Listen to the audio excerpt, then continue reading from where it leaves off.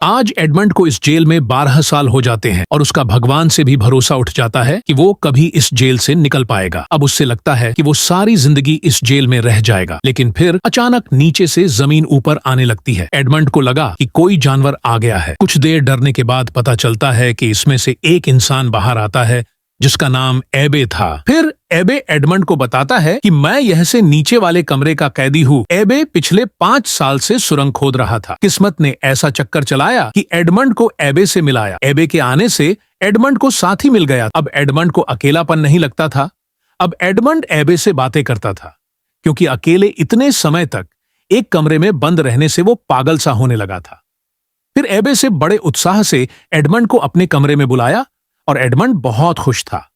जैसे ही एडमंड एबे के कमरे में घुसा, वो हैरान रह गया, क्योंकि एबे का कमरा बहुत बड़ा था और एक ठीक ठाक से होटल की तरह था।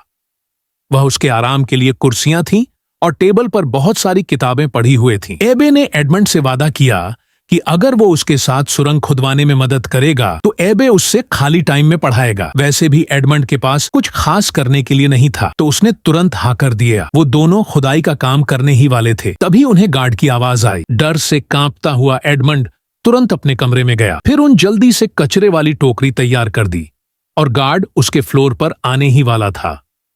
इस जेल में कमरे का दरवाजा 2 बार की खुलता है, एक बार कचरा लेने और एक बार शाम का खाना देने के लिए। इसके अलावा पूरे दिन मैं दोनों के पास काफी टाइम होता था खुदाई के लिए।